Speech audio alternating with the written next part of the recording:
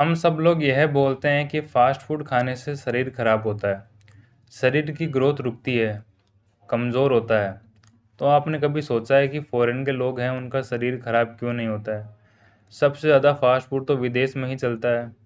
उनकी फिटनेस फिर भी इतनी अच्छी है, हाइट बहुत अच्छी है बाहर के लोगों की, और उनका खाना पाना देखो। कोल्ड ड्रिंक भी पीते हैं, फास्ट फूड भी खाते हैं, फिर भी ग्रोथ अच्छी हो रही है। पता है क्यों? क्योंकि वह हर चीज़ में न्यूट्रिशन लेते हैं, पोषक तत्व लेते हैं। जी हाँ, उनके वहाँ जैसे कि बर्गर होता है, उसमें भी तरह तरह के न्यूट्रिशन मिलेंगे। वहाँ की कोल्ड ड्रिंक में भी क्वालिटी है, हमारे यहाँ तो नकली मिलती है। विदेशी विदेशों की कोल्ड ड्रिंक का पीएच लेवल है वो 6.5 है, और हमारे यहाँ कोल्ड ड्रिंक का पीएच लेवल है वो 2.5 है। इतनी घटिया क्वालिटी की कोल्ड ड्रिंक हमारे यहाँ लोग पीते हैं। बाहर के हर फूड में भरपूर न्यूट्रिशन होता है, हमारे यहाँ के फूड में केमिकल होता है। बाहर के आहारों के चक्कर में हमारे युवाओं की ग्रोथ रुक गई है। इसके पीछे का कारण ये है कि जब से बाहर के फूड यहाँ आए हैं, हम अपने आहारों को भूल गए हैं, और हमारे भारत के शक्तिशाली आहार लुप्त होते जा रहे हैं।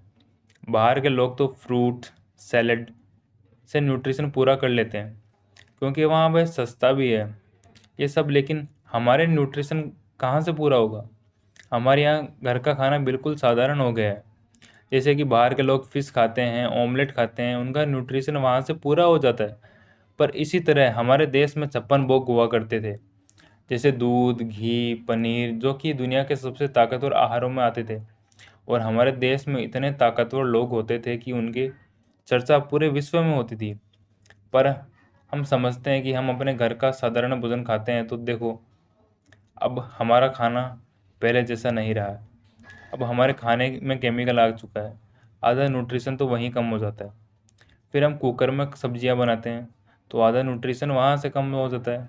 और फिर नियमों के साथ हम भोजन भी नहीं करते हैं, तो आधा न्यूट्रिशन यहीं से भी कम होता है। अब सोचने की बात यह है कि बॉडी को मिल क्या रहा है, हमारी बॉडी कैसे ग्रो हो सकती है?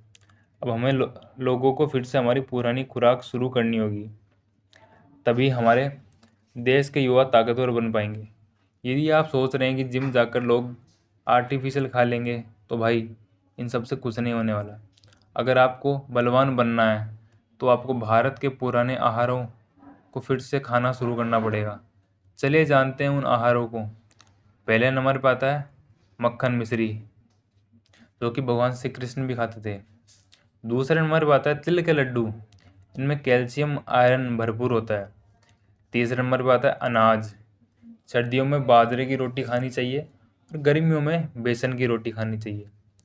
चौथे नंबर पर आता है देसी घी, देसी घी में बहुत शक्ति होती है, ये तो आपको पता ही होगा।